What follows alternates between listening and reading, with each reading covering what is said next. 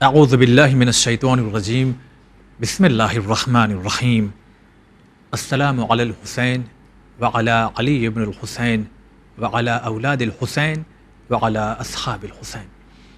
अस्सलामु अलैकुम व रहमतुल्लाह।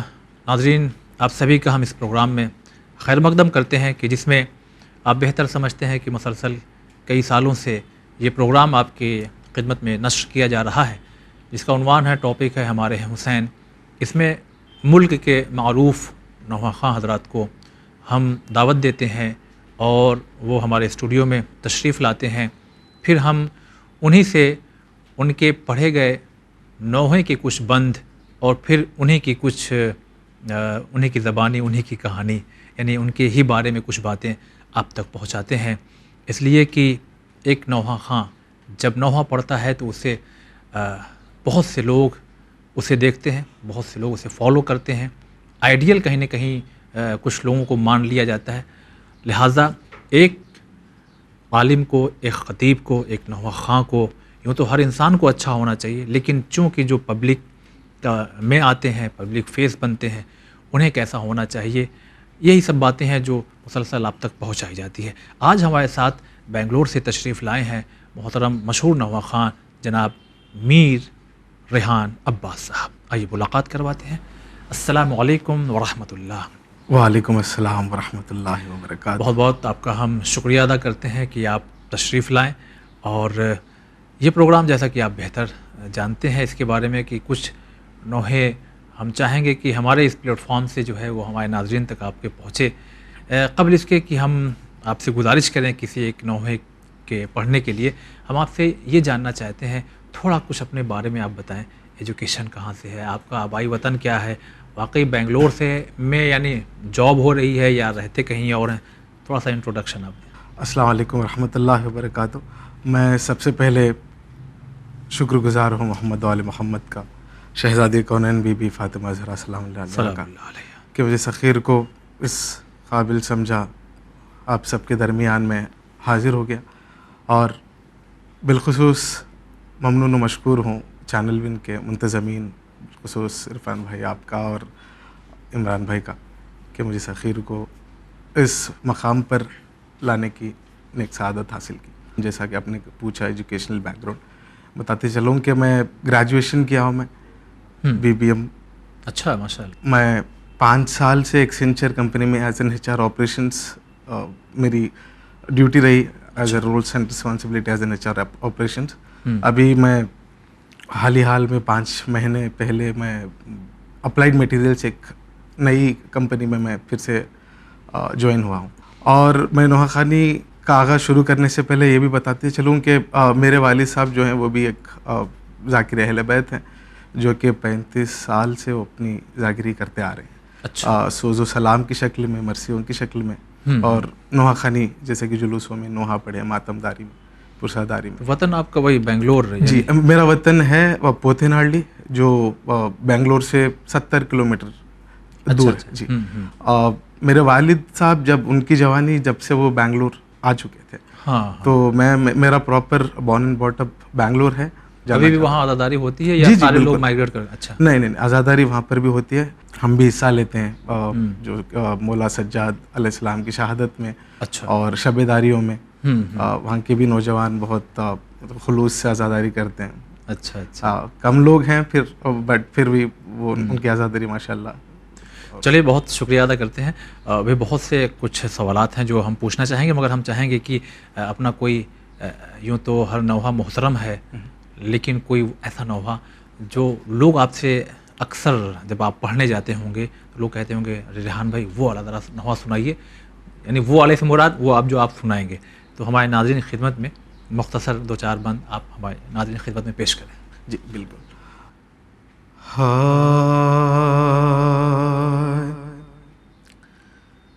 बोले शबीर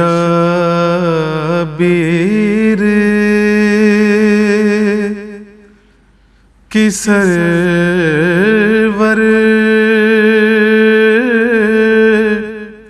को संभालो अम्मा,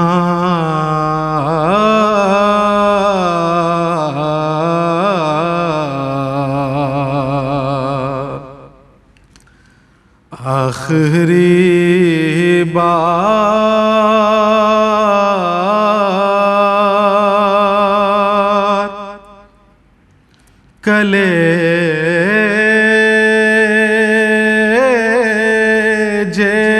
से लगा लो अम्मा,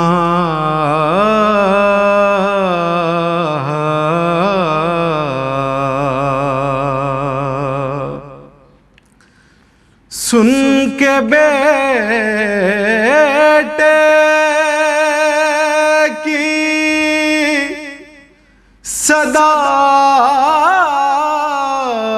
गई खातूने जिना,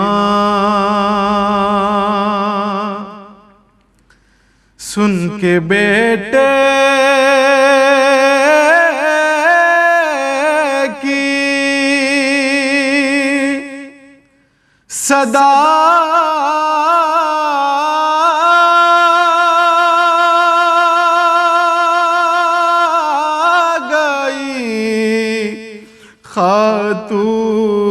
खातूने जिना, है दश्त में कहने लगी माँ,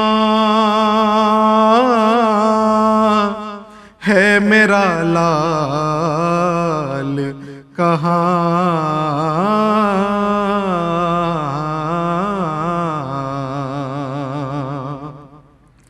हाय बिखराए बाल कहती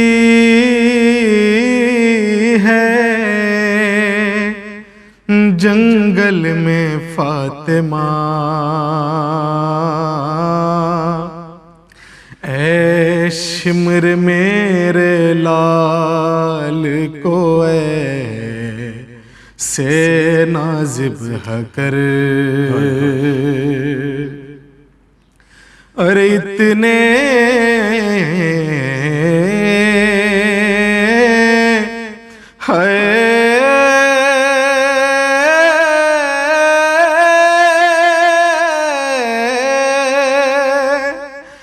इतने बदन में तीर चुभे हैं, मैं क्या करूं, मैं कौन सा बदन से भला तीर खींच लूं। अरे ऐसा ऐसा चुभा है तीर के हिलता नहीं जरा, ऐ शिमर मेरे लाल को ऐसे नाज़िब कर, है पाला है चक्की पीस के मैंने हुसैन को, दो बूंद पानी दे दे जरा नूर ऐन को, है 3 दिन से खुश्क गलावा, मुसीबता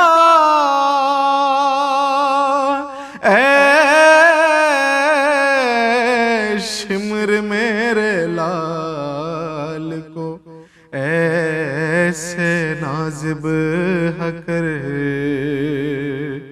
बिखराए बाल कहती है जंगल में फातिमा, ऐ शिमर मेरे लाल को से नाज़िब कर। जज़ाकुमुल्लाह।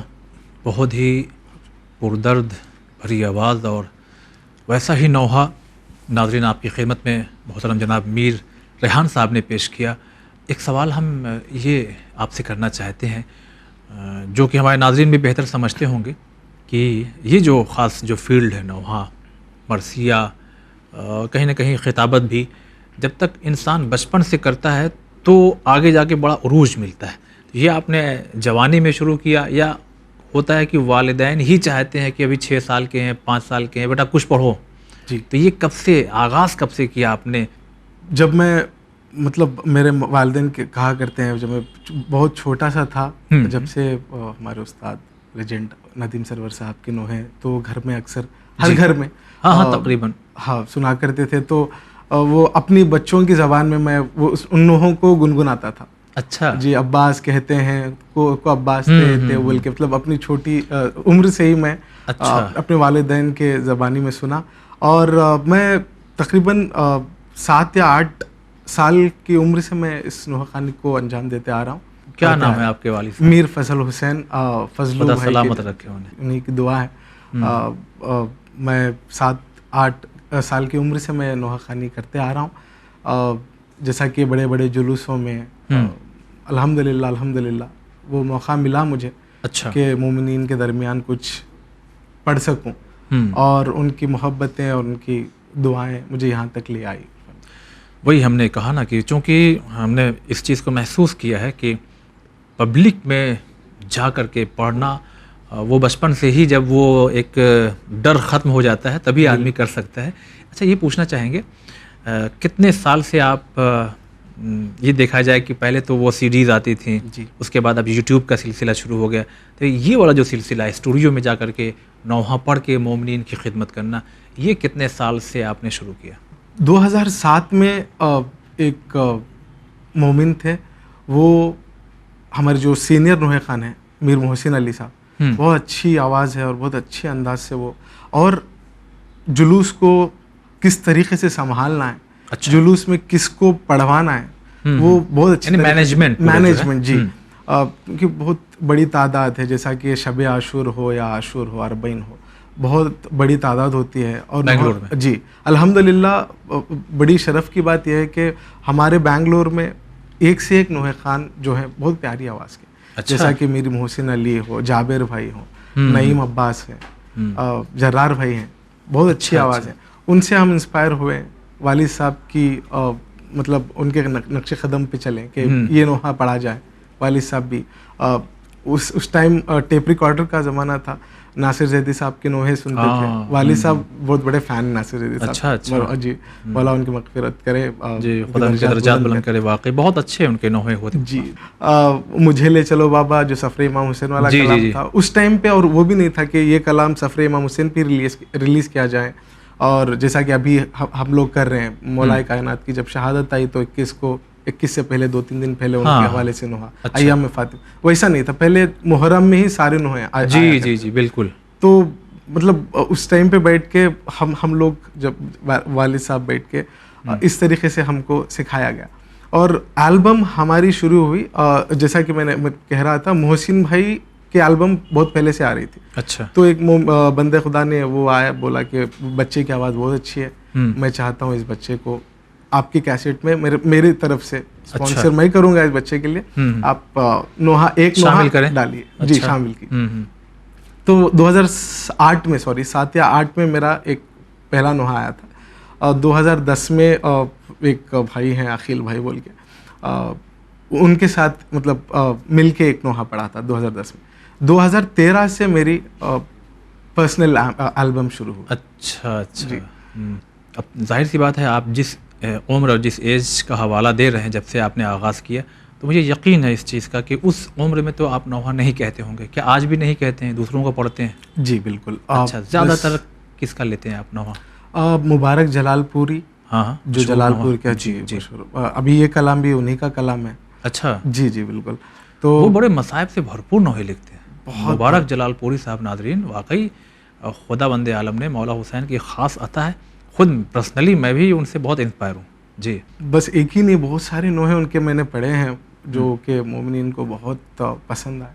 अच्छा। और जैसा कि आपने कहा, मकबूल होने वाले नोहे कह सकते हैं जी।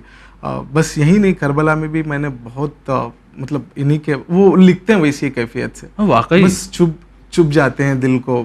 मतला ऐसे कहते हैं कि बस मोमिनीन दूसरा सानी मिसरा और बंद सुनने तड़पते हैं, मतलब क्या होगा नेक्स्ट।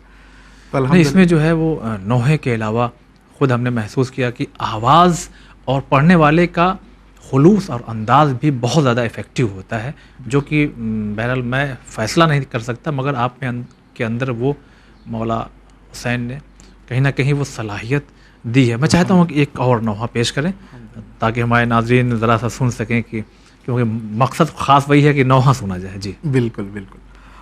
अभी एक कलाम मैं चौथे इमाम ज़ैनुल आबिदीन अलैहिस्सलाम के हवाले से पेश करना चाहता हूँ, जो कि मौलाना दानिश साहब, मिर्ज़ा दानिश नौगांव सादात के, जो नजफ़ अशरफ में उनका कलाम में पढ़ा था।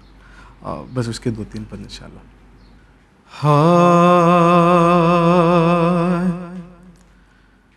हर किसी बाप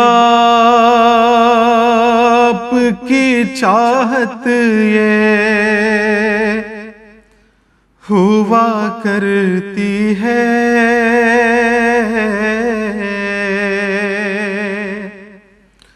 हर किसी बाप की चाहत ये हुआ करती है, अपने बेटे से बस उम्मीद यही होती है, गर मरूंगा तो पिसर देगा ये कांधा मुझको, बेकफन बाप की मैयत से गुजारा मुझको, कितना उम्मत ने मेरे बाबा सताया मुझको, बेकफन बाप की मैयत से गुजारा मुझको, है सामने मेरे कनीज़ी में बहन को मांगा,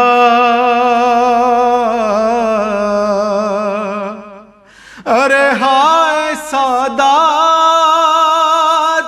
पे उम्मत ने ये सदका फेंका,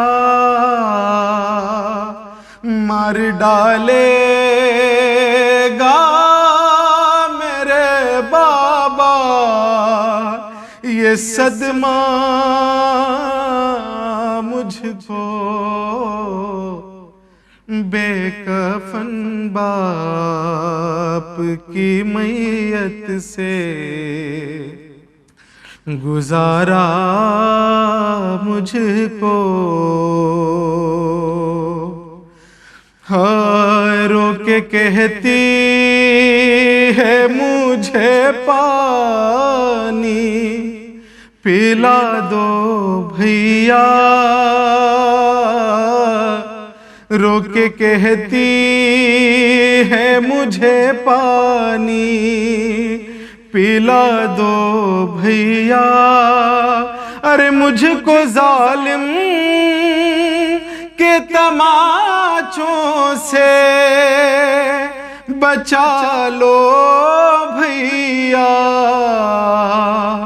हसरतो यास से सकती है, हसरतो यास से तकती है, सकीना मुझको, बेकफन बाप की मैयत से गुजारा मुझको। जज़ाकुमुल्लाह। मैं समझता हूँ कि ये दो नोहे जो आपने पेश किए, जो पहला मिसरा था उसको यूट्यूब पे अगर सर्च करें तो होगा ना वहाँ? जी जी। तो हमारे नाज़रीन अगर आपसे, क्योंकि हम समझते हैं कि बहुत से हमारे नाज़रीन हैं जो नौहा लोगों का लिखते हैं और पढ़ते हैं अपने अपने इलाके में, तो इस तरह से पहला मिसरा सर्च करेंगे तो पूरा नौहा मोहतरम जनाब मीर साहब का, रेहान साहब का आ जाएगा, आप उसे पढ़ सकते हैं। एक सवाल हम ये करना चाहते हैं कि जैसे एल्बम, यानी आप बेंगलोर में ही सिर्फ पढ़ते हैं या मुहर्रम में? अब तो अक्सर ऐसा होने लगा है कि जैसे उलमा और खुतबा को बुलाया जाता है अशरा पढ़ने के लिए, तो अब उसी में साथ साथ में कहीं ना कहीं नौहा जो नौहे हजरात पढ़ते हैं, नौहा खां होते हैं, उन्हें भी बुलाया जाता है। तो इस कैफियत में, यानी इस तरह से खिदमत करने के लिए आपका सफ़र होता है? अक्सर ना वो बहुत पहले से, जब से मैं छोटा था, बहुत सारी जगहों से इनविटेशन आते रहे, स्कूल की वजह से, कॉलेजेस की वजह से जा नहीं पाए। 2015 जो मेरा पहला अशरा सूरत में रहा। अच्छा, सूरत गुजरात। जी हाँ। जी, गुजरात से।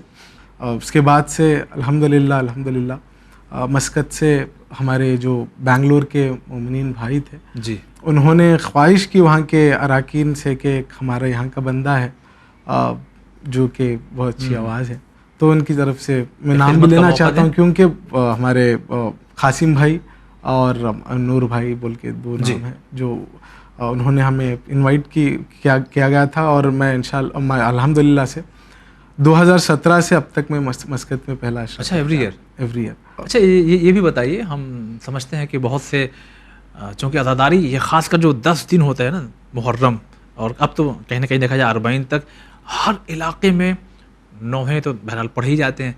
कभी कभी ऐसा भी होता है कि कुछ नौजवान जो है शुरू करते हैं नौहा, 2-4 दिन, 6 दिन, 6 मुहर्रम आते आते आवाज़ फंस जाती है उनकी। तो आप लोग अपनी आवाज़ को मेंटेन रखने के लिए, कि भाई बुलाया गया है, आवाज़ नौहा पढ़ना है, तो उसके लिए क्या क्या करना पड़ता है, क्या छोड़ना पड़ता है, क्या इस्तेमाल करना पड़ता है, थोड़ा बताएं तो शायद फ़ायदा हो कुछ बच्चों को। जी बिल्कुल। बताते चलूँ कि ऐसा नहीं है कि बस मुहर्रम में अपनी आवाज़ को बचाया गया, उससे पहले हम उसको परहेज़ करनी चाहिए। अच्छा। जैसा कि ठंडे पानी और मतलब ठीक है चीज़ें और खट्टे चीज़ों की, मतलब इस सब से परहेज़ किया जाए। अच्छा। हाँ, और रियाज सबसे प्रैक्टिस करते रहना। प्रैक्टिस जो है बहुत इम्पोर्टेंट, ये इसके लिए नोहा खानी और बहुत लॉन्ग देर तक पढ़ना, एक साथ 7 नोहे 5 नोहे पढ़ने के लिए प्रैक्टिस बहुत ज़रूरी है, क्योंकि जब तक हम प्रैक्टिस नहीं करेंगे, रियाज नहीं करेंगे, अपना सीना नहीं खुलेगा। जब तक सीना नहीं खुलेगा, गर्म रखना चाहिए सीने को। इससे पढ़ने से पहले या मुहर्रम से पहले, अय्याम जो भी है, उससे पहले से हमको उसकी पूरी प्रैक्टिस वगैरह जो है होनी चाहिए। अच्छा, एक चीज़ ये भी है, मैं जानबूझ के ये बात उठाना चाह रहा हूँ कि कभी कभी लोग कहते हैं अरे जो नौहा पढ़ते हैं, वो जो मजलिस पढ़ते हैं, वो बेचारे ऐसे ऐसे मातम करते हैं। तो मुझे लगता है कि शायद मातम अगर तेज़ किया जाए, जैसे जो यंग करते हैं, तो फिर आवाज़ पे इफेक्ट आता है।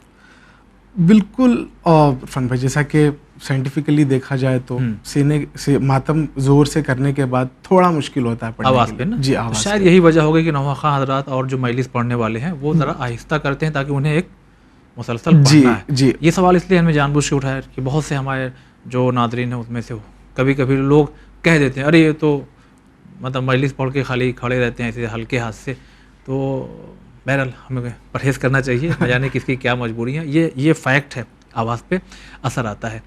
एक सवाल हम इस तरह से आपकी खिदमत में पेश करना चाहते हैं कि कहाँ तक नौहा पढ़ने में आपको लगा कि खुलूस का कितना होना ज़रूरी है, और कहीं ये खुलूस का दामन अगर छूटता हो तो इसका असर क्या होता है? अभी आपने बताया कि शायर बहुत कीमती है, क्योंकि शायर जब तक सही कलाम नहीं लिखता, अच्छा कलाम नहीं लिखता, नोहे खान को भी वो कंपोजिशन उसी हिसाब से। अभी हमारा नोहे खानी का सिलसिला कैसा है, पहले हम मौजू दे देते हैं शायर को। अच्छा। हमको इस कलाम पे और इस मौजू पे हमको नोहा चाहिए, और शायर उस हिसाब से नोहा कह देंगे, और उसके बाद जो काम है हमारा काम है, हम किस खुलूस से उस नोहे को ढा रहे हैं, किस खुलूस से उस मिसरे को ढा रहे हैं, उस मिसरों के हिसाब से हमको तर्ज बनानी पड़ती है। सही जी। और यहाँ तक नहीं, फिर इसके बाद का स्टेप है, जब तर्ज अच्छी बन गई उसके बाद किस तरीके से हम पढ़ रहे हैं। बस वही है कि तसव्वुर में आना चाहिए नोहा, जब तक तसव्वुर में नोहा नहीं आएगा वो खुलूस मोमिनीन तक नहीं पहुंचेगा, सही, वो मकबूलियत मोमिनीन तक नहीं पहुंचेगी। चलो दुआ है खुदा से बंदे आलम से कि और ज़्यादा आपको यानी मकबूल हों आप, आपके नोहे जो खुलूस से आप पढ़ते हैं लोगों तक पहुँचे इंशाअल्लाह। वक्त गुजर गया है, मैं चाहता हूँ कि आखिर में कोई अपना एक और नोहा हमारे नाज़रीन की खिदमत में पेश कर दें। अब मैं सोच रहा था इस बरस का मैं नोहा पढ़ दूँ, क्योंकि वो 2 साल से मैं इसकी तैयारी कर चुका था और अल्हम्दुलिल्लाह पिछले साल करबला में मैं उसकी वीडियो शूट भी करके लाया था। अच्छा। इस बरस में उसको रिकॉर्ड किया हूँ, इंशाल्लाह बिस्मिल्लाह थोड़े दिनों में मैं रिलीज़ करूँगा। बहन और भाई के मसाब हैं, बीबी ज़ैनब मौला हुसैन का चहलुम करने के लिए। अच्छा जी।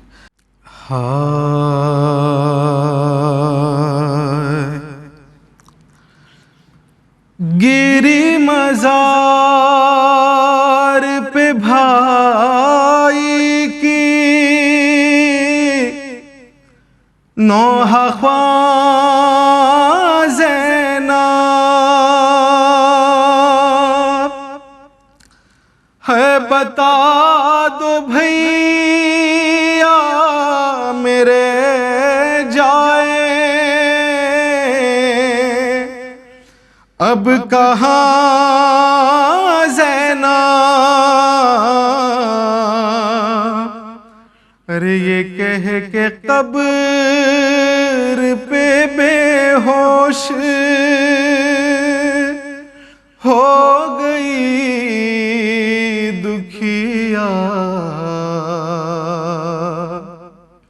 मैं उस गरीब का चहलुम मनाने आई हूँ। पराए देश में जिसको कफन तलाक न मिला, मैं उस गरीब का चहलुम मनाने आई हूँ। अरे लई फिराता रहा जिसके हल्क पर खंजर, सवार शिम्र सितमगर था जिसके सीने पर। अरे मैं जिसका देख के आई हूँ बेकफन लाशा, मैं उस गरीब का चहलुम मनाने आई हूँ। हाँ वो जिसका लाल न तुरबत में रह सका है, लईन नन्हा सा लाशा निकाल कर लाए,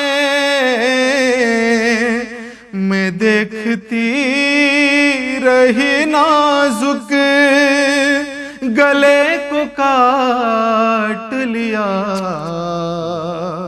मैं उस गरीब का चहलुम मनाने आई हूँ। और ये मख्ते का गरीब फातिमा ज़हरा का अरबईन है ये, जहां पुकारा के मौला का अरबईन है ये। अरे धड़कता कल्ब है रेहान और मुबारक का, मैं उस गरीब का चहलुम मनाने आई हूँ। पराए देश में जिसको कफन तलाक न मिला, मैं उस गरीब का चहलुम मनाने आई हूँ। जज़ाकुमुल्लाह, बहुत बहुत हम आपका शुक्रिया अदा करते हैं। आपने अपना कीमती वक्त निकाला और हमारे स्टूडियो में तशरीफ़ लाए। अल्हम्दुलिल्लाह। तो नाज़रीन, इस तरह से आज का हमारा ये एपिसोड तमाम होता है और इंशाअल्लाह फिर हम किसी और नवा ख़ां के साथ हाज़िर खिदमत होंगे। आज के लिए बस इतना ही। अस्सलामु अलैकुम व रहमतुल्लाह।